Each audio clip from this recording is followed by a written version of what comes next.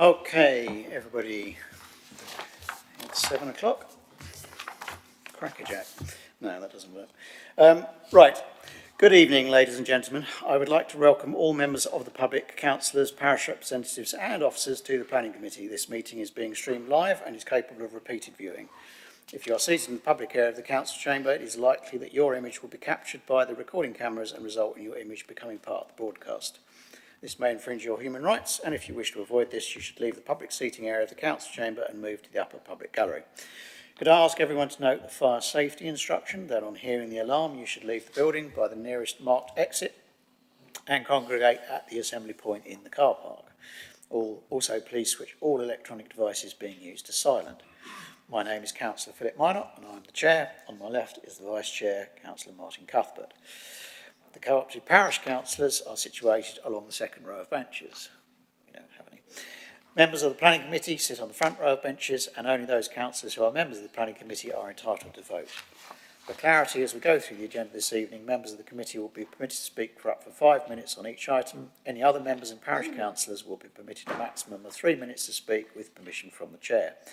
May I remind members to declare any pecuniary or non-pecuniary interests and the nature of that interest, and that in declaring a pecuniary interest, you are required to leave the meeting when that item of business is considered. There should be no interaction from the public areas. I don't think that's going to happen at any time during the meeting.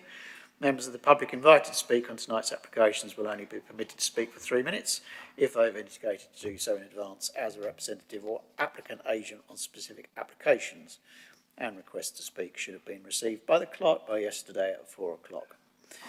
In the event of disturbance, such as calling out from the public area during the meeting, a request from the Chair to be quiet will be given, but if the problem persists, any persons interrupting the meeting will be asked to leave. If necessary, the meeting will be adjourned to allow this to take place. A lot of which probably won't apply tonight. Or let's hope so, anyway. So, the first item on the agenda is apologies for absence. Mrs O'Gorman, have any apologies been received?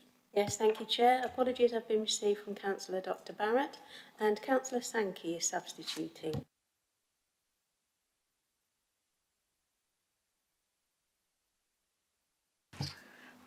Thank you for that.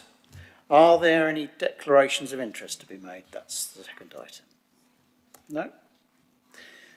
That's fine.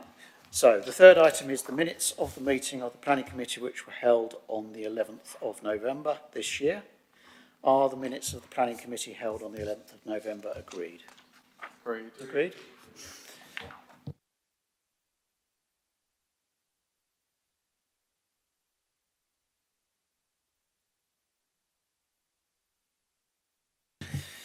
Right.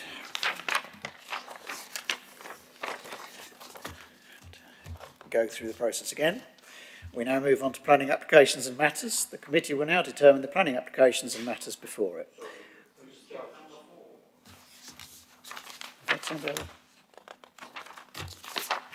Well, the fees and charges number 4 comes after that announcement. That is matters. It's not just planning applications. It's not just planning applications.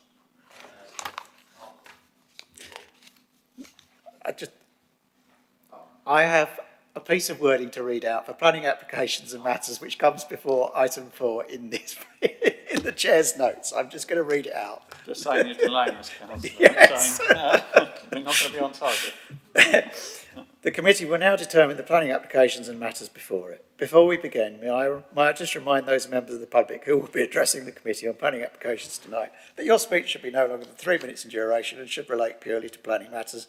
When your name is called, will you please make your way to the Chair, provided when you have completed your speech, the committee will debate the application and reach a decision, which isn't relevant for fees and charges. So, item 4 is fees and charges. Fees and charges made by the Council for various services are reviewed on an annual basis by the relevant committee. Recommended amendments are incorporated into the budget setting process to take effect from the following year. Ms Sargent, do you have anything to add to the report? Yes, thank you, Chair. So just briefly to summarise, as you said, the fees and charges report comes to committee every year. So these ones primarily relate to the non-statutory pre-application inquiry requests. So most fees relating to planning applications are statutory and determined through legislation. This report, as I said, is focusing on the discretionary services to ensure they reflect current costs of service provision. It's proposed to increase fees for these discretionary services in line with the annual increases to nationally set fees, which is approximately 3.8%. Why is one exception to this? In relation to the specialist historic environment advice, where a larger increase is proposed, which reflects the need to recover the cost of delivering this specialist advice. The current charge doesn't cover the cost, which results in a budget shortfall. Essentially, this proposed increase is consistent with the Council's cost recovery principles for discretionary services and helps to maintain a financially sustainable planning service. Members will note that there is an addendum to this item, as an error was noted in the original Appendix A figures shown. The revised Appendix A has now been provided, which corrects this error. Essentially, all pre-application options that include the potential for specialist historic environment advice have had this increase incorporated, as well as the 3.8%. And there was some incorrect figures previously in relation to the major figures, but that's now been corrected. It's also been noted that some of the exclusive of VAT figures, such for Section 106 inquiries, monitoring fees, amendments and enforcement notice inquiries, have been adjusted in this revision A. This has been following a further internal review by Finance following the initial publication. It doesn't impact upon the inclusive of VAT figure, which is what is charged to customers. So that remains the same. It was just an internal system for their internal finance systems. So the recommendation is to agree the proposed charges as shown on the addendum, Appendix A. Thank you. If there's any queries. Thank you for that. Councillor Barber, I know you indicated. Yeah, thank you, Chair. Because the page 5 is in such small font, I really had to squint at it, and I know that it's been there in previous years, but can I just ask the question on enforcement notice inquiries? I'm not questioning the number that's against it, but for inquiries or requests to ascertain compliance with a notice, so who pays that fee and in what circumstances? Because if a member of the public makes a complaint and believes that an application is being done in a way that's not compliant, are they liable to such a fee, or is it the applicant proving that they're okay with compliance? I'm just trying to see who's paying that fee and in what circumstances, please. Yeah, certainly. It's generally when properties change hands. So if there's conveyancing solicitors and there's something comes up in a historic land charge search that shows that there's an enforcement notice, they may write to us and say, has this been complied with? Have the works been remedies, etc. We would then do the investigative work and respond. That is generally what those relate to. Thank you for that. Councillor McShane. I've just pointed out, of course, that it's all with VAT, which means the small one has to pay an extra 20%, whereas the bigger people who are VAT registered will claim all that back. I just think sometimes it would be better if for the smaller applications, the price should go down. That's all. Well, the prices for smaller applications are obviously smaller than the prices for larger applications, but there are all sorts of factors in play, and you've heard the officer explaining the complexity of some of those factors. Does anybody else want to speak? Councillor Mayor. Yes, just a brief one. Obviously, the specialist historic environment advice is going up by quite some figure, and it's understandable why that is the case, because it's got to meet the cost. How frequent are requests for that service? Just to give us an idea, is it once or twice a year, or is it more frequent than that? Right, so they are very frequent. So the majority of our major pre-application inquiries do include a historic environment advice request. So anything relating to a listed building, conservation area, or any of the larger developments that could impact upon the wider setting in terms of long-term views as well can incorporate that advice. So it is quite frequent that we do have inquiries of that nature. Okay, so just an interesting one to follow up on, because if it's that frequent, perhaps we should have someone in-house who can actually deal with it. Is there a reason why we don't have that specialist knowledge if it's that frequent?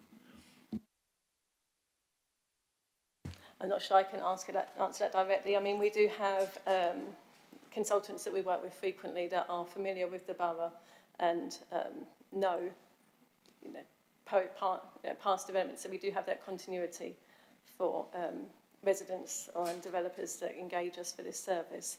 But your other answer would be beyond my knowledge in terms of in-house or not. I think sometimes on that, the line between in-house and agency is not exactly clear, because the people we have as the normal person is not exactly employed by Brentwood. They're the person who works for us, and as the officers just explained, that these are people who have a very good knowledge of the local area. So that's helpful in itself, as well as the expertise that comes with the qualifications they've got. Does anybody else have any comments they'd like to make? No? So obviously part of the recommendation that we've got in front of us is that this is subject to the budget setting process, and obviously there will be people will be casting their eye further over the figures, and if there were any minor issues with any of the figures that we've had in front of us tonight, that would obviously could be corrected later on. I don't have any problem at all to the proposals that we've got in front of us, the need to increase by the kinds of levels that we're talking about here, the 3.8 increase, and also the increase above the rate of inflation for the specialist historic and environment advice to cover our costs, all seems perfectly reasonable. So I'm perfectly happy to move that recommendation for approval. Do I have a seconder for that? I shall second that and reserve my right to speak. No problem. Does anybody else want to speak before we have a show of hands, which is how we will vote on this one? No? Right, we will have a show of hands. Those in favour of the recommendation? That is unanimous. Thank you.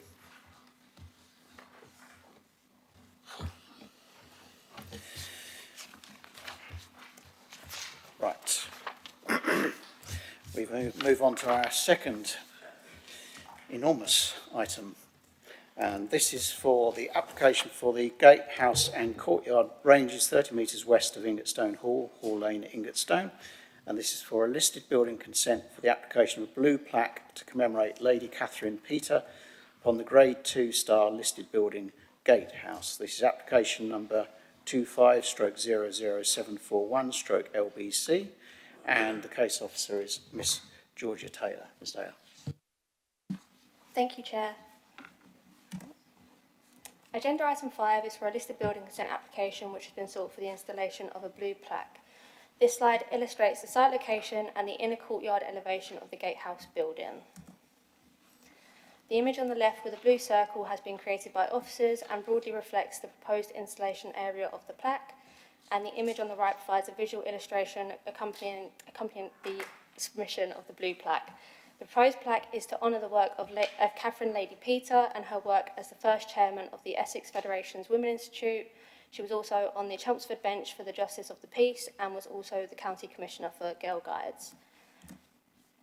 The gatehouse and courtyard ranges 30 metres west of Ingatestone Hall Lane and is a Grade 2 star listed building. The proposal seeks to install a blue plaque with the above dimensions and celebrates the work of Catherine Lady Peter. Works will be conditioned to be fixed within the mortar bedding with non-ferrous fixings rather than the brickwork, so that any damage is reversible. The Council's Heritage Advisor raises no objection following receipt of additional information on the finer details, and Historic England have provided no adverse comments. Thank you, Chair. Thank you for that. Right, so we have, of the 3 ward councillors, we have 2 ward councillors in attendance. Just to say, I'll go to Councillor Sankey first, because he's behind the application, as it were, but just to say, I was contacted by Councillor Wagland this afternoon by email, who's telling us that she is fully in favour of this. So, but unfortunately she couldn't be here tonight, she had a prior commitment. So, Councillor Sankey. Thank you, Chair. Just to give you some context of why I submitted this application. I was approached by the Vice Chair of the Federation of Essex Women's Institute in April this year to assist in the creation of a blue plaque for Lady Catherine Peter, which was requested by the current Lord Peter of Ingatestone Hall.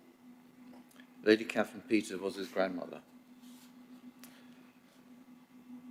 As per agenda item 6.5, Catherine Lady Peter, 1891 to 1983, was the first chairman of Essex Federation Women's Institutes from 1917 to 1924. She was also Justice of the Peace on the Chelmsford Bench from the early 1920s, probably quite unusual for a woman at that time. During World War I, she ran a school to train young women to be milkmaids. She was County Commissioner of the Girl Guides from 1926 to 1933, and then again from 1936 to 1947. Originally, the request was made to the Heritage Officer at Chelmsford City Council. As Ingatestone Hall is in Brentwood Borough, I was approached and volunteered to submit the planning application to Brentwood Borough Council, which was submitted on the 23rd of June. So, some 6 months later, I'm happy, and actually pretty relieved, to be talking in support of this application. It's been a long road, sometimes frustrating, but do want to thank the involved officers who have displayed commendable resilience in presenting this application for approval. Thank you. Thank you for that, Councillor Sankey. So, Councillor Gorton, do you want to speak at this point? Thank you, Chair. I'll just say that I fully support this application. I know that Councillor Sankey has put a lot of hard work into this. It's not been straightforward, but he's persevered and got to where we are today. And I'm sure it will be. I'm sure it will greatly enhance Ingatestone Hall and be a real asset to the residents of Ingatestone and visitors to Ingatestone Hall. Thank you. Thank you for that, Councillor Gorton. Just to say before I go into Councillor McShane, who's indicated, it's obviously a commendable scheme that Ingatestone is going through, the business of putting up blue plaques to various people locally in order to show people who the historic figures were and what they've done and where they lived. I'm sure we're all behind that. We've obviously had examples of this come to committee before, and we have had discussions about why they're coming to committee. We could have an extensive discussion about that tonight, but, you know, if anybody's motivated to do that, just to say it's probably better to actually talk about the application itself rather than to talk about the principle of the application. We have talked about it before. We can talk about it again, but it's a somewhat self-defeating exercise to complain at length about the fact that an item's coming when you're extending the length of the discussion on the item by complaining about it. Anyway, Councillor McShane. Yeah, well, I was going to say, why does it come in for planning? But also, the point is, this is just a single item. It could have come in last month's one or next month's. And we've had meetings put, cancelled in the past, extra meetings put in. So I think this one could have been, we could have just put it in next month's. It's a 5-minute job. And while I'm about it, I might as well move it for approval. A mixed bag of messages there, I think. I will certainly second your motion for approval, Councillor, although I suspect Councillor Gorton might want to second it if you want. Would you like to second Councillor Gorton? I'm happy to second it, yes. That would be excellent, right. I think the point about things coming to meetings, they come to meetings when they're ready to come to meetings. It's all very well wanting them to come to a different meeting and be able to squeeze them into a corner. These things take time. The time is right for this to come to the meeting. And we did have the fees and charges item. We were going to have a licensing meeting tomorrow to discuss the fees and charges for licensing, but that was decided wasn't necessary. We do have 2 items tonight. Does anybody else want to speak on this? Councillor Barber. Just very quickly, firstly to say it's great to see proposals for blue plaques around the borough. Often history is there, and we need to celebrate it and make it available to people and accessible. And also the second point, whilst I'm not particularly woke, it's really nice to see a lady celebrated on a blue plaque again, because obviously historically that hasn't always happened in the past. And Lady Peter was a very important figure for this borough. Thank you. Thank you. Councillor Gelderman. Thank you, Chair. I was just wondering who composed the wording on it, because even though it's got one of her achievements on the bottom part, on the top bit it's something very nice, but I think it would be nice if it had all of her achievements on there, because that might mean something more to people. Do you see what I mean? Especially, like, I agree with Councillor Barber, you know, being a woman, what she actually achieved in her lifetime during the times. But I just wondered who decides on the wording. Thank you. You might be extending Councillor Sankey's process. I don't know if you know the answer to that, Councillor Sankey, who decided the wording? I do. It was actually, the wording actually came from the Essex Federation Women's Institute, the chairperson. We've had several plaques at Ingatestone, and certainly it's difficult to get a lot of wording on the actual plaque, you know, because it's the way the plaques are made. So put as much on as possible, but there's a limit, sadly. There's always a balance to be struck, isn't there? I mean, if somebody has achieved an enormous amount of things, you couldn't put all of the things they've achieved on a plaque by definition, because it would become it wouldn't be a plaque anymore. It would be a book. Right. I don't have anybody else down to speak. I'm very much in support of this myself. We've got a motion which has also been seconded for approval. We will go to the vote on this application. Thank you, Chair. Would members please indicate for or against the motion when their name is called? Councillor Minott. For. Councillor M. Cuthbert. For. Councillor Baldock. Councillor Barber. Councillor N. Cuthbert. Councillor Gelderbloom. Councillor Gorton. Councillor Mayo. Councillor McShane. Councillor Patel. Councillor Rigby. And that's it. Sorry, you can't vote. So we're unanimous except for Councillor Sankey, who put the application forward. Well, that is we're not even 7:30, and we have come to the end of the planning meeting. Since there are no urgent items, we've obviously had a Christmas nibble of a planning meeting rather than a Christmas three-course meal, and I'm very happy to see that happen. I'm sure everybody else is too. So I just wish you a happy Christmas and enjoy your evenings, the rest of them. Merry Christmas all.